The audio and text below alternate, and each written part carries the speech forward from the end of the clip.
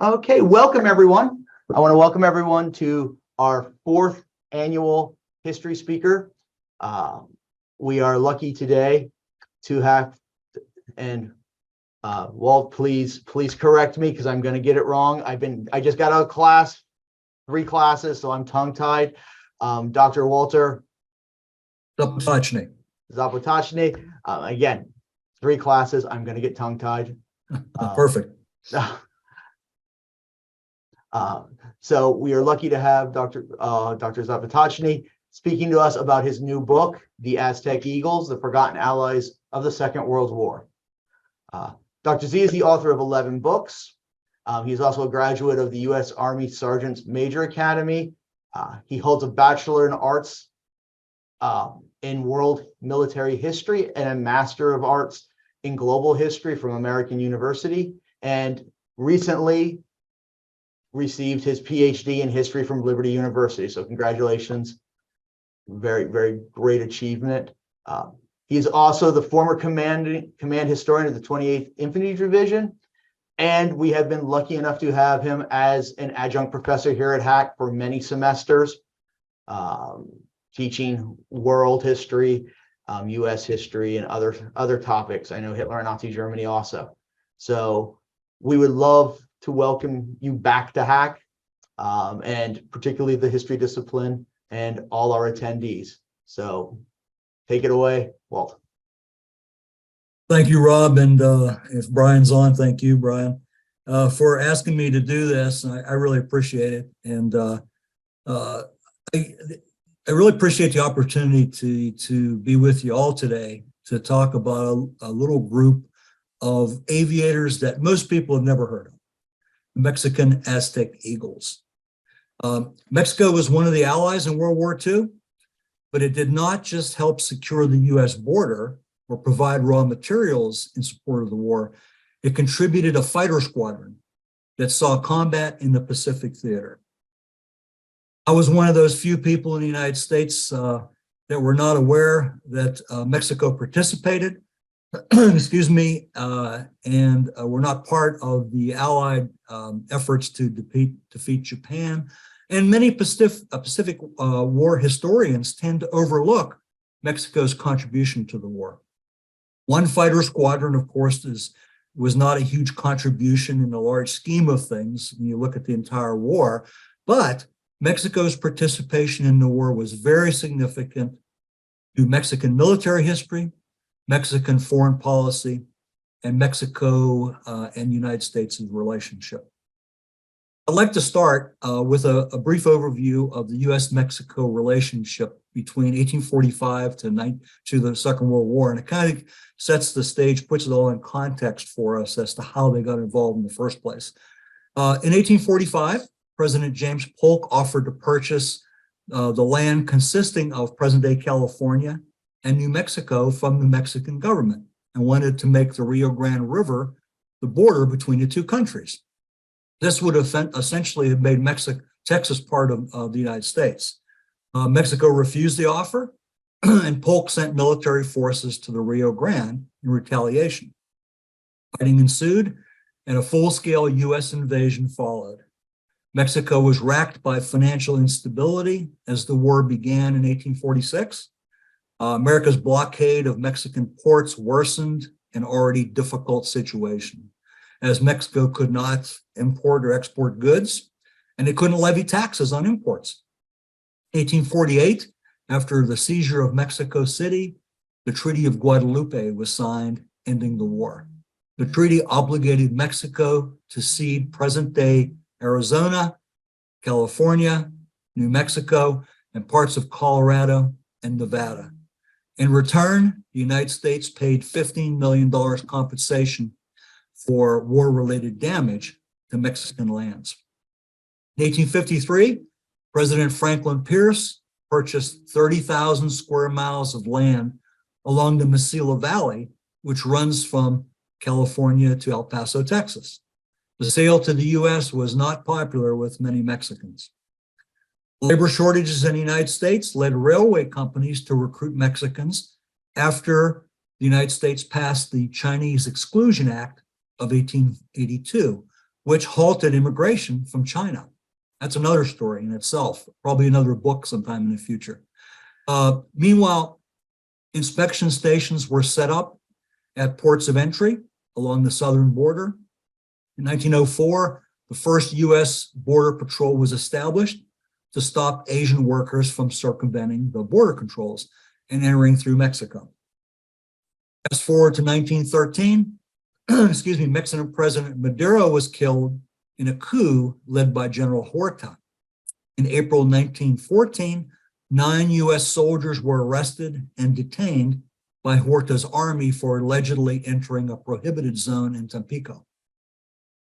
Mexico apologized, but U.S. President Woodrow Wilson sent Marines to the port of Veracruz to obtain from General Huerta what he called the fullest recognition of the rights and dignity of the United States. Now, of course, the invasion inflamed anti-American sentiment in Mexico. In 1976, Francisco Pancho Villa, who attained notoriety as a general during the Mexican Revolution, led hundreds of Mexicans in an attack on the U.S. town of Columbus, New Mexico, killing 17 Americans and burning the town center. American public was outraged, and President Wilson sent 10,000 troops into Mexico in pursuit of Villa. They couldn't find him. 1 year later, they withdrew, having failed to apprehend the guerrilla leader. The year-long U.S. military presence in Mexico further damaged U.S.-Mexican relationships.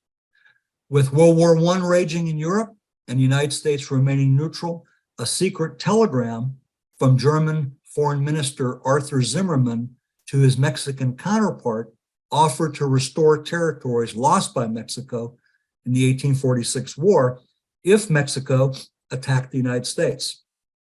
Germany had hoped that such a war would distract the U.S. military, which it feared would soon enter into the European conflict.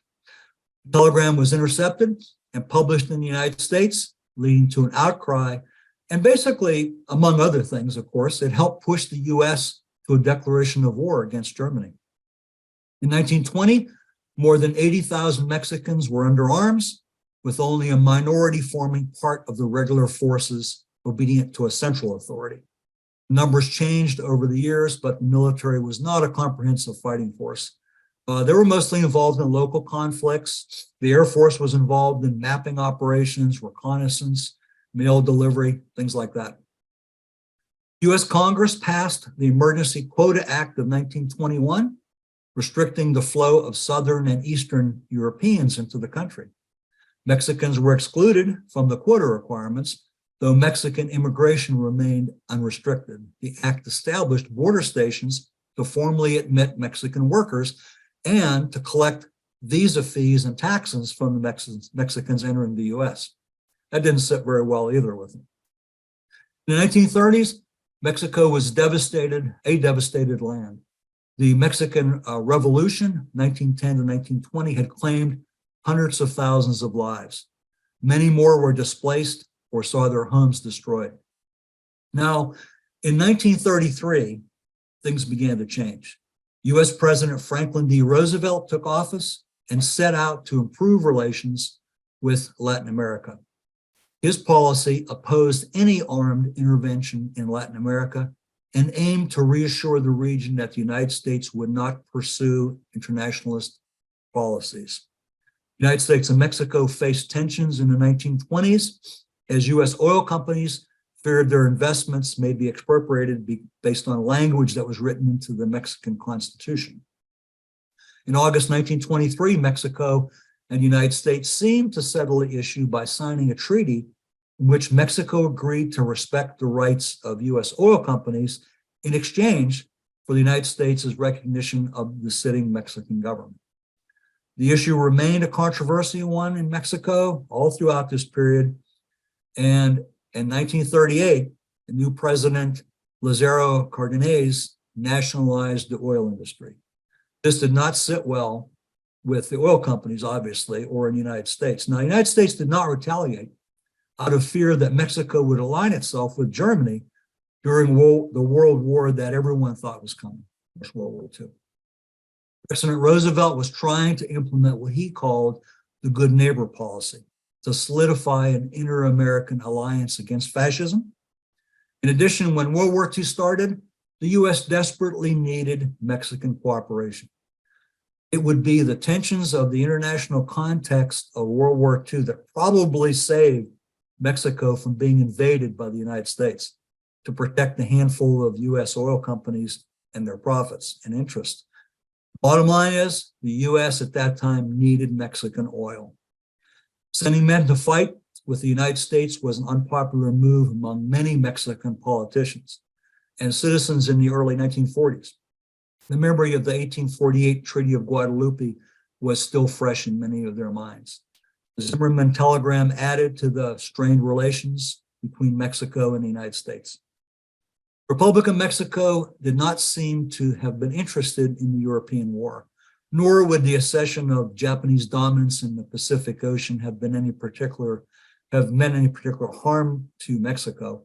However, the close economic relationship between the United States and Mexico meant that the two were basically indistinguishable to the enemies of the United States.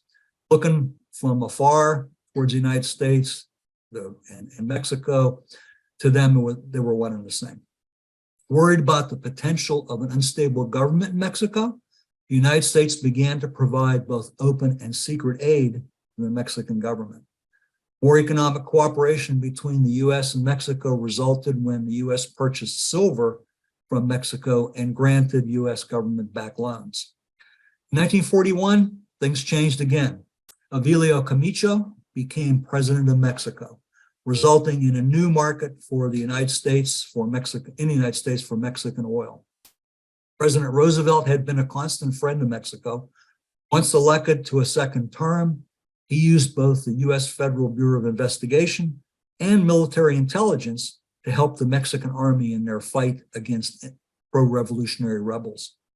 Roosevelt gave legitimacy to the Camacho presidency by quickly recognizing him. A new relationship with the U.S. put some of the old issues to rest. Once the issues of how to handle Mexican citizens who wanted to join the U.S.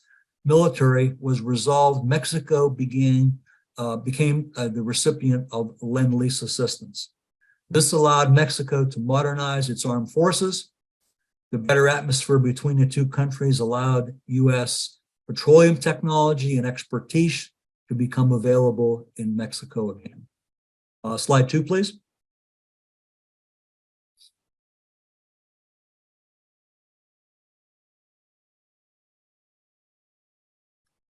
Slide number 2, please. Here we go. Thanks. A blunder by Germany provided the momentum to swing Mexican public opinion in favor of fighting with the Allies. The German submarine U-564 torpedoed and sank a Mexican oil tanker on May 14th, 1942, pictured in the slide here. And another German submarine sank another oil tanker on May 21st. When Germany refused to compensate Mexico for the losses, Mexico declared war on Germany, Japan, and Italy on May 22nd, 1942. The leaders of the Mexican military began to clamor for Mexico to enter the war. As war looked inevitable, many Mexicans wanted to join on one side or the other. Mexico's loud communist community first supported Germany, while Germany and Russia had a pact. Then they supported the Allied cause when the Germans invaded Russia in 1941. There was a sizable community of Italian immigrants who supported entry in the war on the side of the Axis powers. Other Mexicans, disdainful of fascism, supported joining the Allied cause. Undoubtedly, the attitude of many Mexicans was influenced by historical grievances with the United States. The loss of Texas and the American West, the intervention during the Revolution, and the repeated incursions into Mexican territory caused a lot of resentment. Many Mexicans felt that the United States was not to be trusted. Many Mexicans did not know what to think. Next slide, please. Franklin D. Roosevelt visited Mexico on April 20th, 1943, in order to strengthen the relationship between the U.S. and Mexico and to discuss how Mexico could support the war effort. Although the new president, Avilio Camacho's government continued to treat the possibility of sending troops into battle with caution, the matter soon became a national issue of discussion. Newspapers were talking about it, magazines. It was very popular to hear discussion of it in coffee shops, etc., throughout the country. Active participation of Mexican troops would obviously enhance Mexico's position among nations after the war, it was thought. Mexican government's reluctance to providing any support really changed in about mid-September 1943. The denial of Mexico as a safe harbor for German submarines was of great importance to the United States. Mexican oil also helped fuel the U.S. war machine. With over 16 million American men in the armed forces and thousands of American women in the factories, Mexican agricultural workers kept the food chain moving, and the Mexican raw materials were vital to the war effort. Supply was secure from submarine attacks. It didn't tie up any warships in convoy duty. Mexico produced important wartime goods such as textiles and construction materials. In addition, thousands of Mexicans, some estimates reach as high as 500,000, joined the U.S. Armed Forces and fought valiantly in the European and Pacific theaters. Eventually, Mexico's raw materials fueled 40% of the U.S. World War II industries. President Camacho, who was a former Army general, also knew the Army was unprepared, but believed that an Air Force unit could be made ready with some help from the United States. Mexican Air Force in the 1930s was a small, underfunded part of the Army. They had tactically organized units, but really no modern airplanes, certainly no pursuit airplanes. Camacho, now confident that he could supply troops to the Allied cause, lobbied for military and public support. In a speech to a graduating class of the Mexican National Military Academy on November 17, 1943, he stressed Mexico's readiness to send an army abroad to fight, if asked by the Allies. One day later, the New York Times printed an excerpt of his speech. In bold type, it read, quote, "Mexicans to fight abroad if needed," close quote. The Allies asked, and Camacho requested volunteers. They came from as far north as the Texas border and as far south as the Guatemalan border. They came from large and small towns throughout Mexico. The volunteers were eager to serve with what was billed to be an elite force. Mexico selected 300 to serve in the squadron. The group included 36 pilots and the remainder ground personnel, both officers and enlisted. Approximately 2/3 of the pilots had previously received flight instructions in the United States before joining the squadron. Next slide, please. Early in the morning of July 24th, 6 special first-class railroad cars stood at the Buena Vista station, ready to transport the Mexican squadron to Laredo, Texas. Publicity about the departure drew a large crowd. People massed on the station platforms to witness this unique and historic event. Ministers of the National Defense, commanders, and officers of the Army, many ordinary citizens, as well as many relatives of the men, came to see them off. Captain Manuel Cervantes wrote in his memoir, "There was great sadness amongst all this enthusiasm. Tears from the mothers, sisters, sons, and acquaintances and friends. There was the ever-present advice from the mothers. We're praying for you. Be as good a soldier as your fathers were in the revolution. Remember, everywhere you go, you're a Mexican." The train departed Buena Vista Station at 8:30 a.m., headed north towards Laredo, Texas. The trip, which normally required 10 hours, took 36 hours as the train stopped in important towns along the route to allow populace to see the squadron. The torch of patriotism burned brightly as large, emotional crowds met and displayed their admiration and respect for the troops. A Mexican group of approximately 300 men entered the U.S. at Laredo, Texas on July 25th, 1944. They would become part of the first Mexican military organization to leave the country with the war mission. The group arrived at Randolph Field, Texas for initial processing.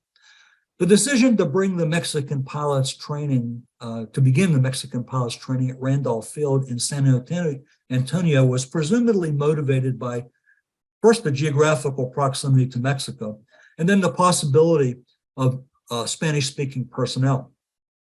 However, the Mexicans were immediately exposed to the institutional racism of American society.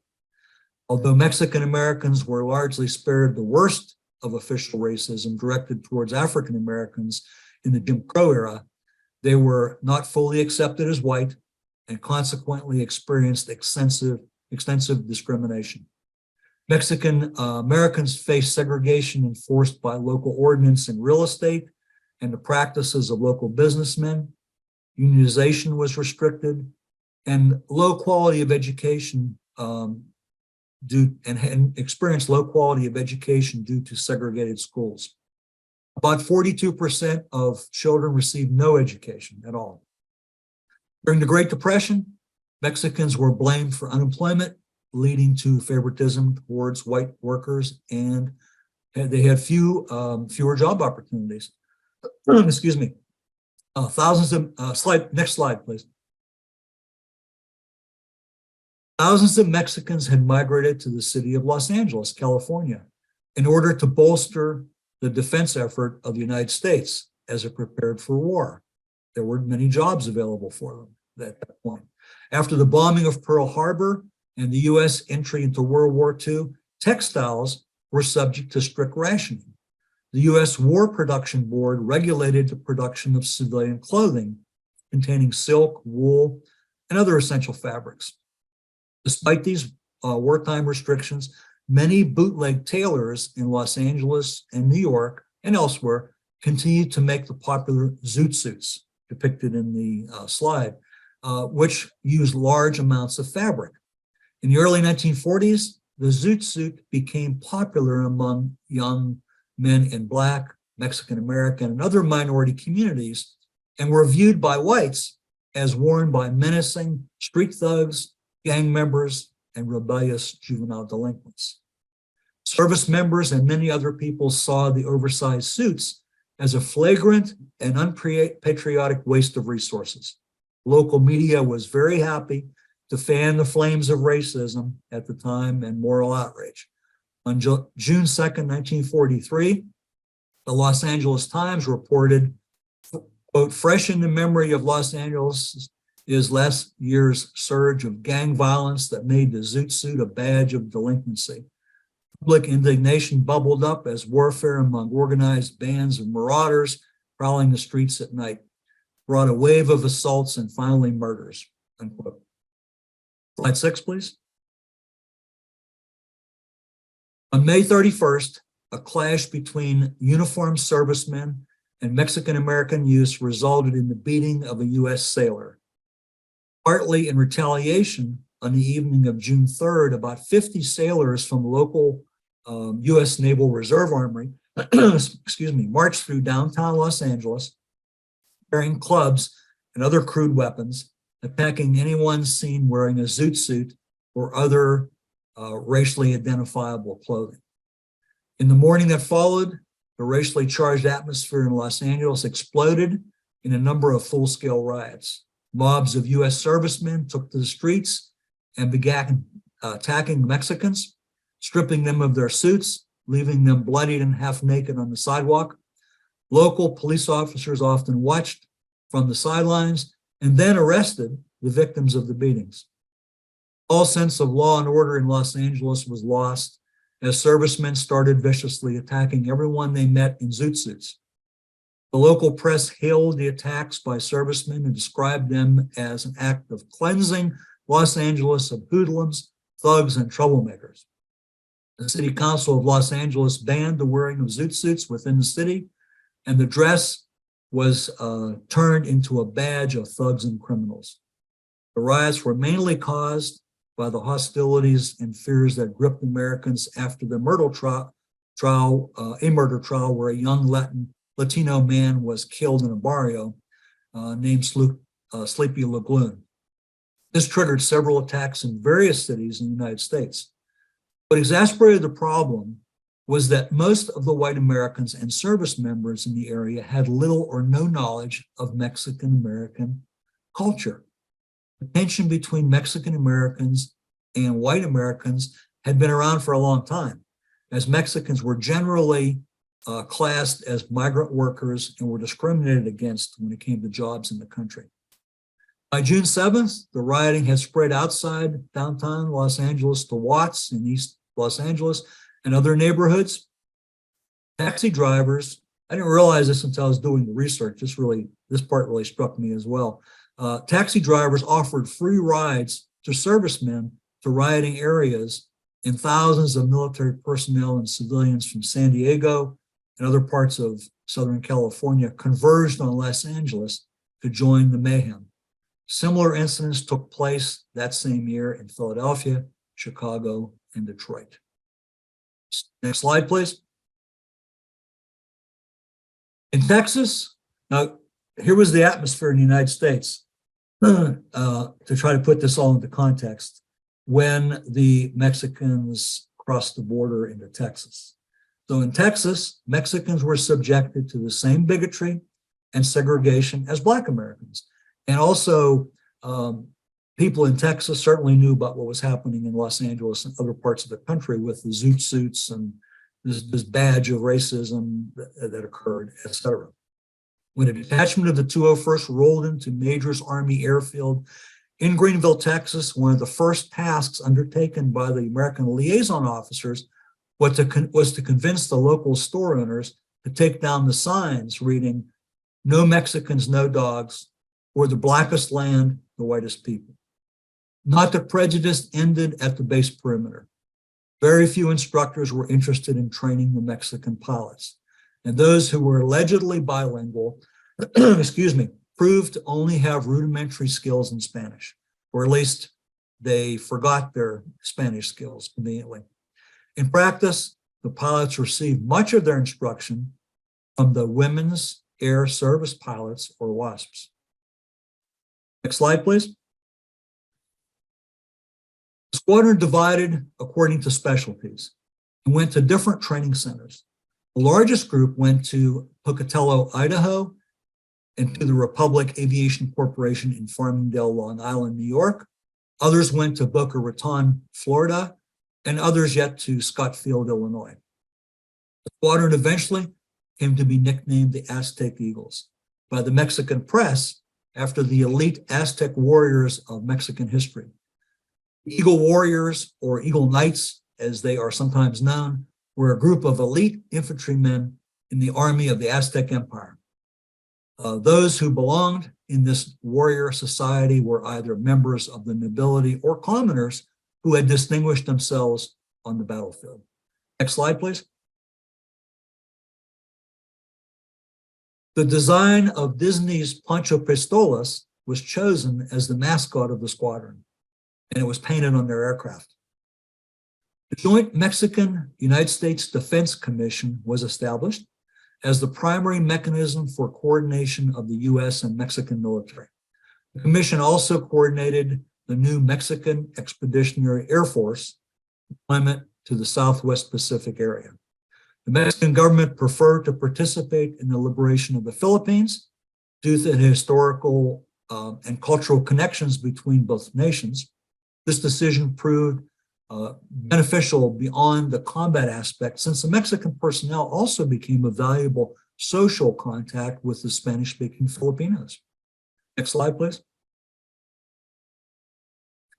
The decision was made that they would be attached to the 5th Air Force's 58th Fighter Group.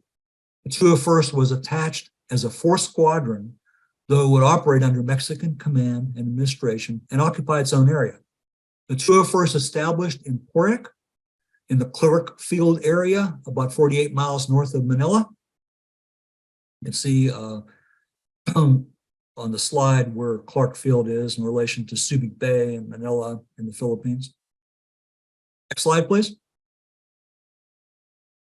When Squadron 201 reached Porrick, the men began setting up camp in an area separated by the Americans and separated from the Americans and surrounded by hills and jungle. The stifling heat and the incessant mosquitoes made the work hard. They raised tents while constructing an operations office, latrines, medical quarters, dining area, and a flagpole to display their national flag. Mexican officers and enlisted men slept four to a tent. The tents had dirt floors until they eventually added lumber. The occupants dug a drainage ditch around their tents to channel water away from the floor. Water drainage was absolutely necessary because of the incessant rain in the Philippines during this time. Each squadron member had a mosquito netting to protect them against the swarm of insects that were prevalent day and night. The 58th Fighter Group personnel displayed doubt and misgivings about the capability of the Mexican pilots soon after Squadron 201 arrived in Porac with their new P-47 Thunderbolt aircraft. Although initially the American attitudes appeared to be racist, other reasons came to light. For 2 years, the 58th, a seasoned combat unit, had fought the Japanese from New Guinea to the Philippines. They flew aircraft that gradually had become rundown from continual use. Along with a lifestyle with few amenities, they battled adverse climatic conditions, bad food, plagues such as scrub typhus, and dirt runways. Tested in battle, pilots of the 58th displayed an attitude of superiority. They possessed an overwhelming, arrogant conviction in their own ability. The assertion of a new, untried, and untested unit into their old framework created resentment. And oh, by the way, they're Mexicans. They're not Americans. Next slide, please. In the first few days of the month of June, the 201st Squadron ended the training required by the 5th Fighter Command in order to be able to take part in operations. This period of training included airplane flights of the 201st Squadron as part of American formations, sometimes with the purpose of knowing the combat zone and others with bombing of Japanese together with the rest of the formation. Training began with one airplane and then gradually increased, and a number of them increased until they were exclusively formations of the 201st Squadron. Next squad, please. Throughout June, the campaign to liberate Luzon continued as the U.S. 6th Army fought north towards the Cagayan Valley in the Central Highlands, where the Japanese 14th Army was holding out. The Aztec Eagles supported the U.S. 25th Division troops as they advanced through the rugged mountain passes along the scenic valleys that were sculpted with the ancient rice terraces and dotted with the thatched roofs houses of the local people. Next slide. Fighting was a brutal combination of jungle and mountain warfare. Close air support proved critical as the fighting moved deeper into the mountains.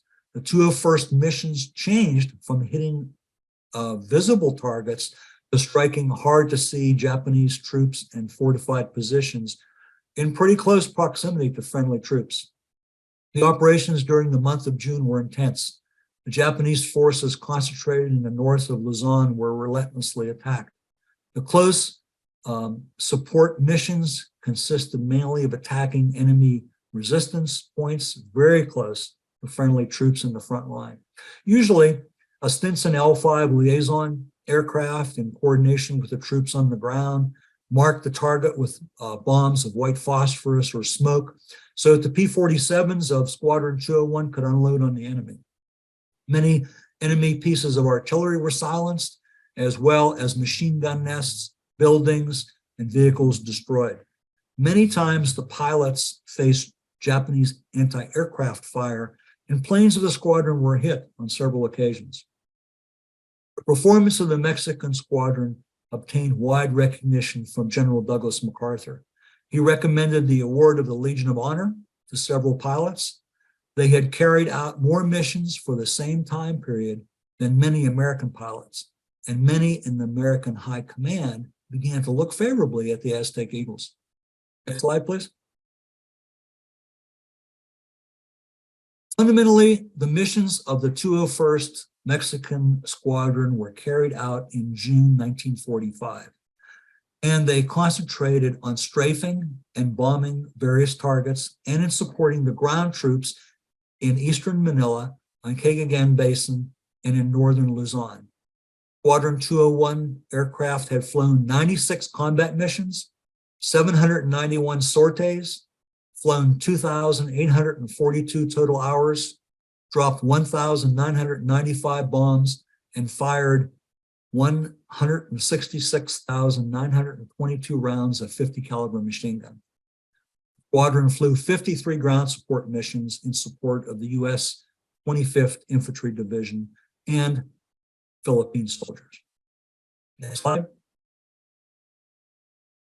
Between July 6th and 9th, two squadrons of 4 201st aircraft each carried out armed reconnaissance missions over the island of Formosa. The squadron lost 2 pilots in combat action, 1 missing, and 4 due to accidents. As the Allied forces moved closer to Japan, a lot of air squadrons were moved forward to places like Okinawa. The 201st was not one of those units. On July 24th, Brigadier General Freddie H. Smith, Jr., commander of the 5th Fighter Command, recommended that the Mexican Squadron 201 be retained in the Philippines. In his opinion, they should remain there until such time as their operational efficiency was brought to a level to ensure success in combat operations.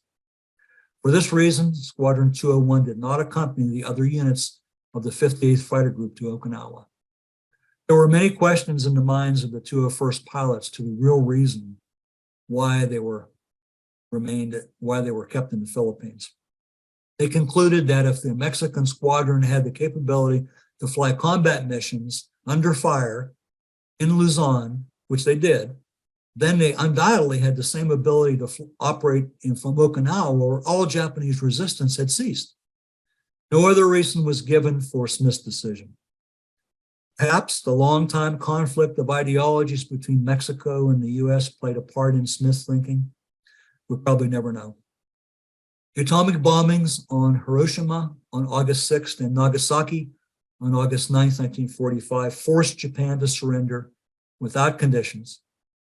With the Second World War over, the Aztec Eagles ended their operations. Next slide, please. Pilots of the 201st and ground crew of the 201st returned home to Mexico in November of 1945 as national heroes. During the following 9 months, the surviving pilots toured dozens of Mexican cities and towns where patriotic pride erupted everywhere.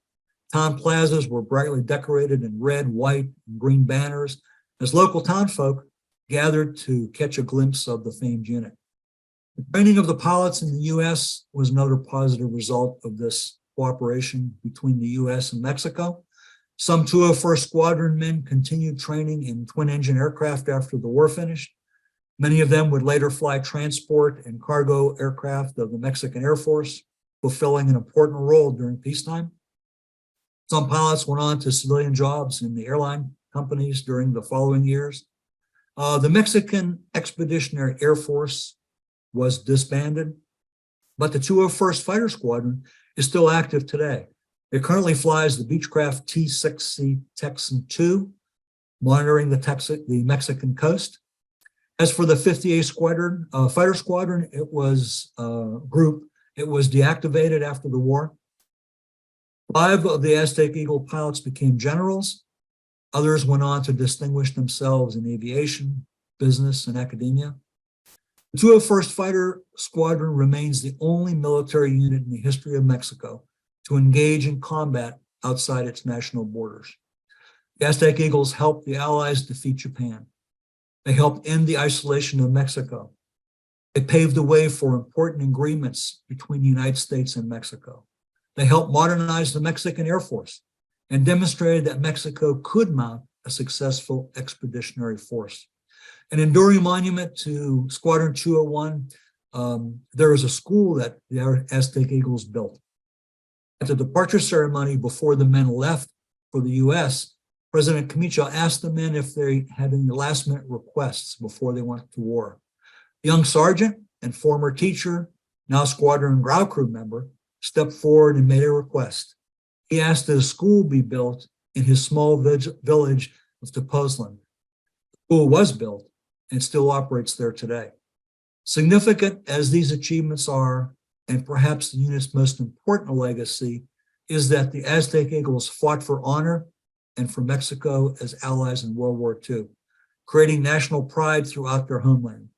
That pride endures and is evident today as the story of the Aztec Eagles can be heard in towns and villages across the nation. Next slide. The 201st Squadron's Republic P-47 Thunderbolts are long gone, but the battle flag of the Aztec Eagles that they carried rests in the National History Museum in Mexico City. There's also a permanent display located at the National Museum of the United States Air Force at Wright-Patterson Air Base in Ohio. The display contains pilots' uniforms, hats, boots, along with a reproduction of the unit colors, insignias, some research materials, and other artifacts from the squadron. Although Mexico's contribution to the air war was limited, it was nonetheless very significant. Mexico joined with the other allied nations and fought bravely against the Axis powers. Thank you. That's the end of my presentation.